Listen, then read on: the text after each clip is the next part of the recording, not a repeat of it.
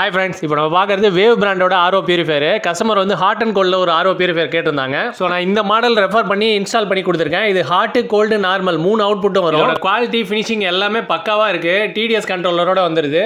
Pre filter பார்த்தீங்கன்னா inbuilt pre ஃபில்டரோட வந்துடுது. Left சைடில் வந்து சின்ன மூடி இருக்கு இல்லையா, அதான் வந்து ப்ரீ ஃபில்டர் ஹவுசிங்க.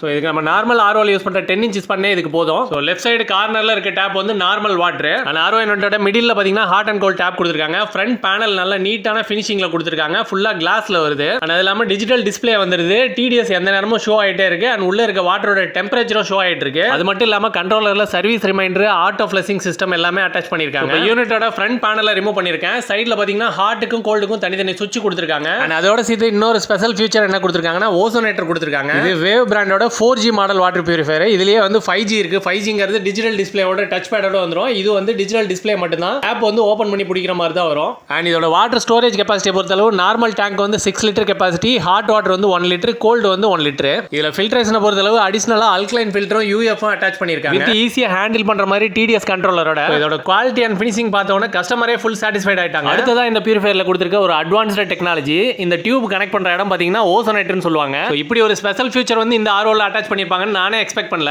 இந்த ஆர்ஓல டியூப் அட்டாச் பண்ணி நம்ம வெஜிடபிள்லாம் வாஷ் பண்றப்ப இந்த ஓசோனேட்டர் டியூப் சுவிட்ச் ஆன் பண்ணோம் அப்படின்னா இது வந்து டீடாக்சிஃபையரா வேலை செய்யுது. பொதுவாக வெஜிடபிள் அண்ட் ஃப்ரூட்ஸ் நம்ம கழுவோம் இல்லையா, அதுக்கு பதிலாக அதை தண்ணியில போட்டு இந்த டியூபை விட்டோம் அப்படின்னா அதுல இருக்க டாக்ஸிக் எல்லாத்தையும் இதை எடுத்துரும். தனி சுவிட்சே கொடுத்துருக்காங்க டீடாக்சிஃபையர்னு.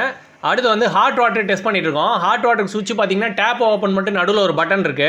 ஸோ அதை ப்ரெஸ் பண்ணாதான் ஹாட் வாட்டர் வருது. சுவிட்ச் ஆன் பண்ணி வித்தின் 1 மினிட்லேயே பார்த்தீங்கன்னா தண்ணி நல்லா சூடாக ஆரம்பிச்சிருச்சு. அப் டு 70 டிகிரி செல்சியஸ் வரைக்கும் வித்தின் 1 மினிட்லேயே சூடாயிருது.